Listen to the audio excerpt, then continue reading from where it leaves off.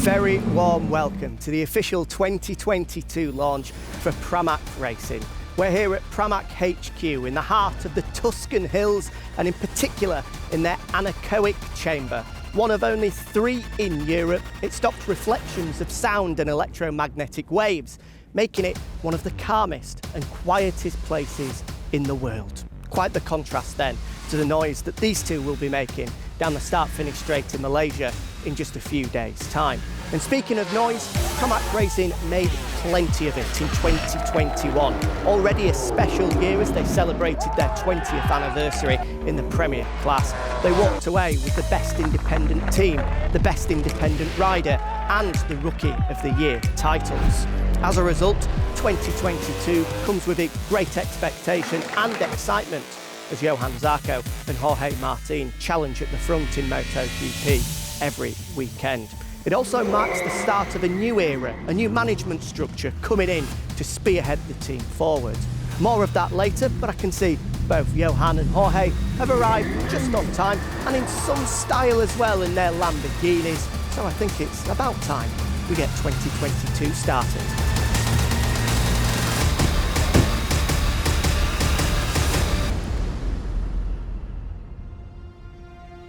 Welcome back, guys. Good to have you here. Hello. How are you? Yeah, very good, thank you. Good winter?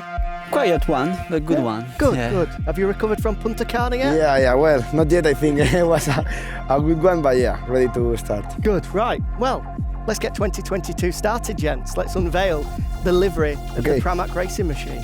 Can you help me a little bit? Yeah, no problem. Let's do it. One hand. Wow. There we go.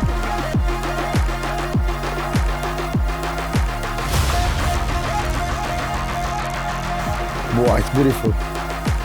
First time I see it. What do you think? Wow, for sure the best bike of the group. More blue of last year, but it makes the bike pretty nice.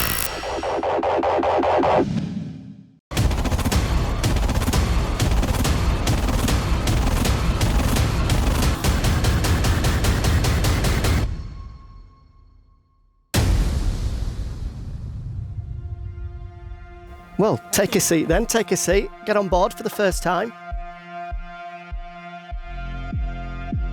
Yeah, blue is nice, yes. Well, as a Frenchman, of course, blue is nice as well. We'll start with you then, Johan. Talk to us about your winter and how ready you feel for this upcoming season. Well, we are still preparing because first race is in March. The tests in February are part of the preparation, so I'm preparing and try to do everything better than what I could do last year to get a better result.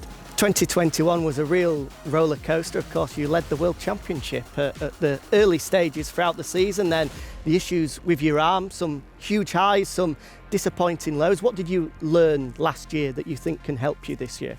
I think I learned it again that a season is pretty long.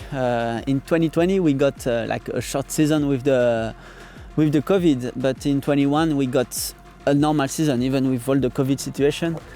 And I think we did 17 races last year, and 17 races you can start so well, have a fantastic first half, and you missed 5 races and it seems that you totally missed the season. So that's a good lesson to get the focus really even stronger for 22. Of course, 22, the longest season ever. So good luck. We look forward to seeing you in Malaysia in a few days' time. Jorge, we've just been speaking about an up and down, a roller coaster season. Well, it was the same for you as well. Pole positions, victories, and of course that big crash in Portimao as well. Looking back on 2021 now, how do you reflect on it? Yeah, for sure it's been a roller coaster for me, but anyway, I achieved my big goal, that was winning the Rookie of the Year title, and yeah, we get that one. For sure, the first big victory for podiums, for pole positions was good enough. I learned a lot from this big crash from Portimao, but anyway, when we went there in the second round, I did a good race, so now I don't have fear about that crash and ready for start the new season. Of course, no longer a rookie now, so the expectations go up a little bit as a result. What can you achieve this year? Yeah, for sure the expectations are bigger. it's difficult to say. We need to go to Malaysia, start testing. The bike is a bit different. The last test, it was with a lot of new parts, so we just need to get a good base and try to focus on the season. My target is to finish in the top 4, top 5 at the end of the year, so yeah, will be a big one, and I will fight really hard. Well, the good news for both of you is, if looking good counts for half a second, then you've already got an advantage on everyone else. The new liveries look great, the new leathers, helmets, I think we're ready to go. Thank you for joining us, good luck this year, and it's about time that we catch up with the brand new management structure here at Pramac Racing ahead of the 2022 season. She's done it! Oh! Uses the Ducati power. Goodness me. Thumbs up from Zarco. He's a MotoGP winner. Here is your Rookie of the Year. Congratulations to Johan Zarco, the best independent rider.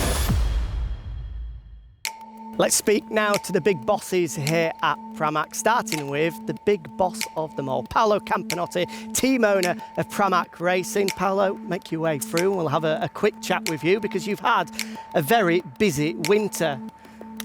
First, a big hello to both riders.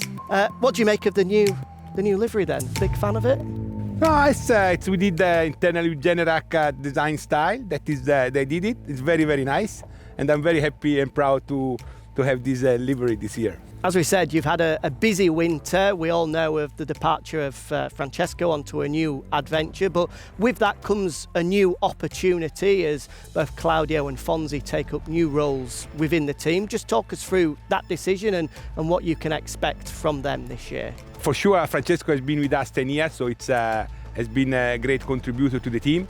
But as the word is saying, we are a team. So as a team, I think we have a very strong member inside, and I think we will do our best to improve the result of last year. That was for us one of the best years, and I'm sure with both of them we have the opportunity to reach a very, very high level for the coming season. I'm really happy and excited, and with for sure Claudio, that is a great experience in the business. He was in the oil company before and was involved with us in the Moto E, so it's very, very good opportunity for us to have him with us. And Fonzie is in the motorsport since when he was a child, so I think it will be very, very important for us for not missing Francesco at all. Well, thank you. Good to speak with you. Let's introduce now your brand new team manager, Claudio Calabrese. Claudio, if you want to make your way through, if you just nudge over a little bit, Paolo, so we can find room. Claudio, good to have you here. Welcome to Pramac Racing. I'm sure you're extremely excited to get started. Talk us through yourself. We're introducing you, of course, to the world. It's very easy. I can define myself. I'm still a young adult. As we all are.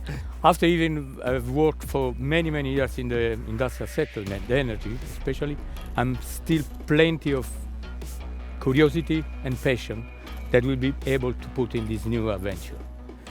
So you know, it's not easy to managing a team like this one that has done so well in the past year, but is also extremely exciting and engaging this new adventure. So I can count about to these fabulous Ducatis, to extremely spectacular riders like John and Jorge, or Jorge and John, let you prefer, and to have a team of extremely fabulous guys like the Pramac team could be very, very good for me. And now I have just time to come back on the track as soon as possible. In the track, the fun will begin. Well, it's great to meet you. I'm sure we'll catch up a lot during the season, and I hope it's a successful first year in MotoGP for you, Claudio. And finally, we'll introduce Ducati Corsa Sporting Director Paolo Ciabatti.